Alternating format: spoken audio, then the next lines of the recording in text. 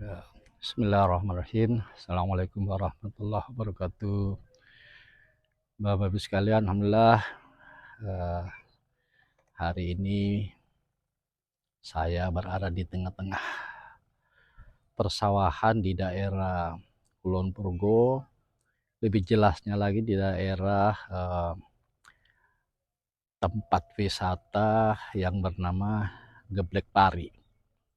Nah, di tengah-tengah sawah ini kita melihat pemandangan yang cukup mengasihkan. Alhamdulillah eh, bisa menjadi sarana refreshing bagi kita semua di dalam rangka untuk lebih berproduksi, untuk menata kehidupan di masa akan datang. Insya Allah pada video kali ini melengkapi video-video sebelumnya, kita akan sedikit melanjutkan tentang tujuan daripada pelayanan ISO 17025 yang berkaitan dengan kepuasan pelanggan. Sebagaimana di video-video sebelumnya telah disebutkan bahwa kepuasan pelanggan meliputi data valid dan tepat waktu. Data yang kita hasilkan mempunyai tingkat validitas yang tinggi dan dikerjakan dengan tepat waktu.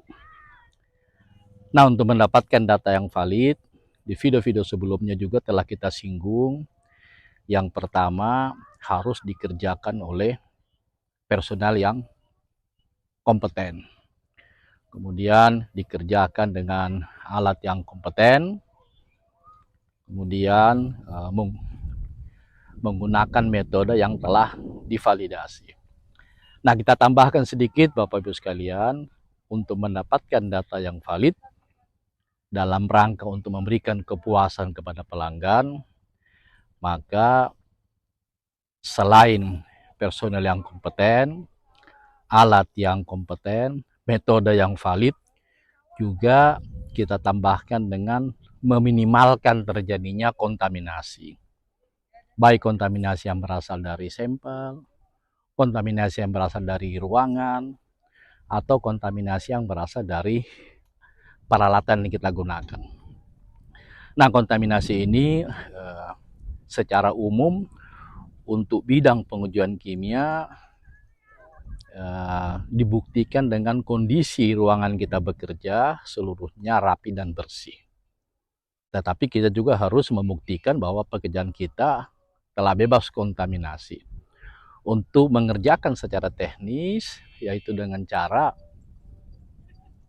kita membuat sampel belangko yang terdiri aquades atau air bebas mineral, diperlakukan sebagai sampel.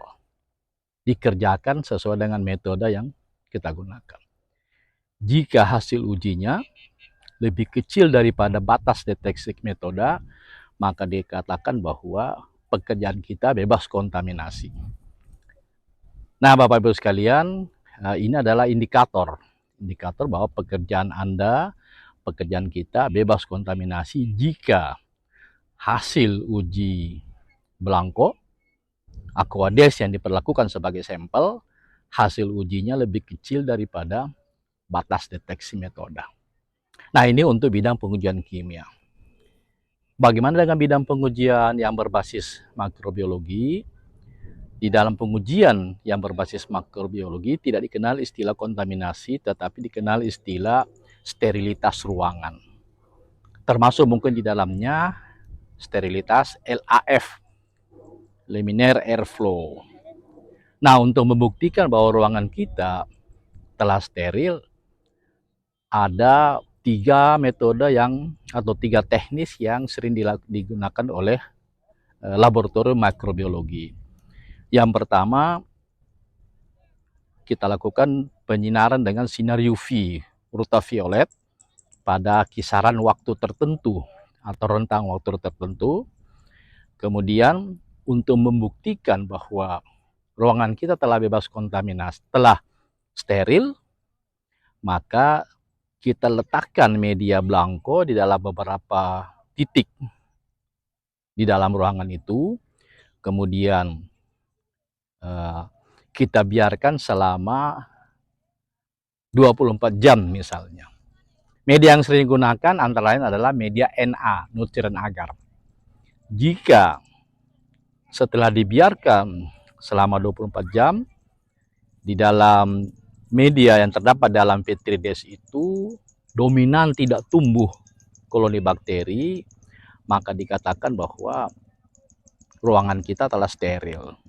Nah, ini kontrol sterilitas dengan menggunakan teknis UV. Ada yang lain dengan menggunakan penyaringan udara. Ini jarang digunakan oleh laboratorium karena relatif alatnya cukup mahal. Ada teknis yang ketiga itu dengan cara fumigasi. Ini juga tidak banyak direkomendasikan karena bahan kimia untuk melakukan fumigasi terhadap ruangan masuk kategori toksik. Sehingga di laboratorium makrobiologi untuk mendapatkan ruangan yang steril banyak digunakan penyinaran dengan sinar UV, kemudian dikontrol dengan media Na. Jika tidak tumbuh dominan koloni bakteri, maka ruangan itu dikatakan telah steril. Nah, ini cara yang bisa kita sampaikan yang berkaitan dengan kontrol ruangan, baik untuk bidang pengujian kimia, bebas kontaminasi, maupun untuk bidang pengujian makrobiologi, rapi dan bersih dan steril. Ada yang lain Bapak Ibu sekalian berkaitan dengan penerapan jaminan mutu, yaitu kontrol akurasi pengujian dalam rangka untuk mendapatkan data yang valid yang bermuara kepada kepuasan pelanggan. Nah, kontrol akurasi pengujian ini kita lakukan secara rutin, bisa seminggu sekali atau bisa sebulan sekali, atau bahkan bisa secara ekstrim setiap kita melakukan pengujian kita melakukan kontrol akurasi, yaitu dengan cara dikerjakan secara paralel bersama-sama antara suatu standar yang telah diketahui nilainya dikerjakan bersama-sama dengan real sampel atau sampel uji. Jika hasil uji dari CRM persen recovery-nya mendekati 100%, maka dikatakan bahwa akurasi pengujian kita mempunyai tingkat, atau pengujian kita mempunyai tingkat akurasi yang tinggi. Selanjutnya Bapak Ibu sekalian, di dalam usaha kita untuk mendapatkan data yang valid, yaitu kita melakukan kontrol presisi pengujian. Secara rutin kita melakukan pekerjaan secara berulang atau replicate. Bila hasil pengukuran pertama atau hasil pengujian pertama selisihnya tidak begitu besar, maka dikatakan proses pengujian kita mempunyai tingkat presisi yang tinggi atau mempunyai tingkat ketelitian yang tinggi. Nah, kemudian yang terakhir, rangkaian daripada usaha personil laboratorium untuk mendapatkan data yang valid adalah dengan menerapkan kontrol chart atau kartu kendali. Nah, kartu kendali ini kita membuat suatu frame atau bingkai di mana ada pembatasan, batas atas dan batas bawah. Batas atas diberikan istilah UCL, upper control limit, sedangkan batas bawah diberikan istilah LWL, lower control limit.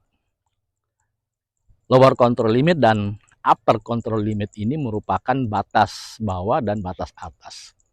Jika hasil uji kita ada di dalam bingkai atau frame ini, maka dikatakan hasil uji kita mempunyai tingkat akurasi yang tinggi atau tingkat kebenaran yang tinggi. Nah, itu Bapak Ibu sekalian, bincang-bincang singkat kita tentang usaha personil laboratorium dalam rangka untuk mendapatkan data yang valid yang berakhir kepada kepuasan pelanggan. Kalau kita mereview, yang pertama adalah kita melakukan kontrol human error. Yang kedua, kita melakukan kontrol metode uji. Yang ketiga, kita melakukan kontrol alat.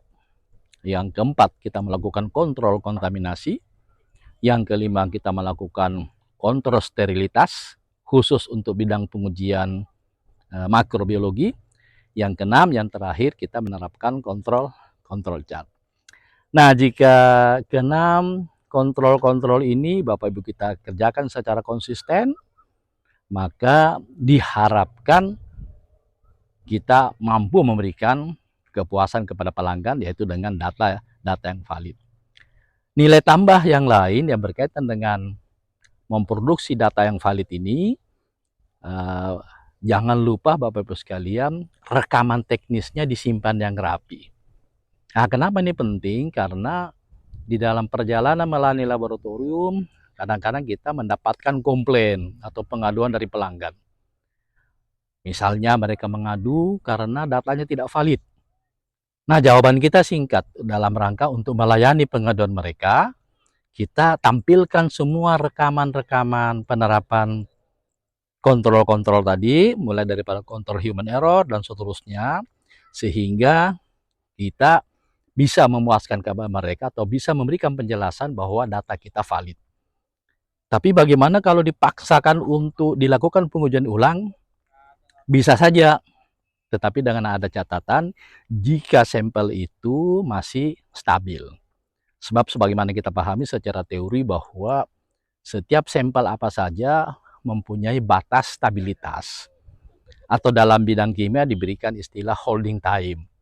Jika telah melampaui batas penyimpanan maksimumnya terhadap sampel itu, maka kita tidak boleh melakukan pengujian ulang. Harus dengan cara sampling ulang. Sebab kalau kita paksakan dilakukan pengujian ulang, maka dikhawatirkan datanya tidak valid. Sebab sampel telah mengalami perubahan. Baik perubahan fisika, dan atau perubahan kimia, dan atau perubahan mikrobiologi. Nah, ini nilai tambah di dalam kita menerapkan kontrol-kontrol tadi. Yang terakhir nilai tambahnya adalah Bapak Ibu sekalian, mungkin suatu ketika untuk kasus-kasus tertentu, misalnya kasus kriminal, ada pencemaran lingkungan yang berbahaya, tidak tertutup kemungkinan teman-teman laboratorium diminta sebagai saksi ahli di pengadilan. Nah, di dalam forum saksi ahli itu, sidangnya biasanya berlangsung secara terbuka, secara umum. Sehingga kita bisa menyampaikan, bisa membuka semua rekaman-rekaman teknis yang berkaitan dengan penerapan kontrol-kontrol tadi. Kontrol human error-nya kita tampilkan, kontrol alatnya, kontrol metodenya, kontrol kontaminasinya, kemudian kontrol ruangannya, kemudian kontrol chart-nya. Sehingga di forum pengadilan itu, jika kita diminta sebagai saksi ahli, maka kita bisa mempertanggungjawabkan semua pekerjaan kita. Jadi Bapak Ibu sekalian, ini tambahan singkat tentang usaha dari personil laboratorium untuk mendapatkan kepuasan pelanggan. Jangan lupa Bapak Ibu sekalian, sebagai besar laboratorium bekerja dengan besaran mikro, satuan miligram per liter, mikrogram per liter, atau nanogram per liter. Perlu treatment, perlu perlakuan yang ekstra hati-hati jika Anda akan mendapatkan data yang valid. Everything is control. Demikian Bapak Ibu sekalian, bincang-bincang singkat kita di tengah persawahan daerah Kulon Progo, daerah wisata yang bernama Geblek Pari. Saya berharap Bapak Ibu sekalian bisa refreshing ke sini. Mudah-mudahan sehat semuanya, tetap semangat, jadikan penerapan sistem mutu bermanfaat bagi kehidupan. Assalamualaikum warahmatullahi wabarakatuh.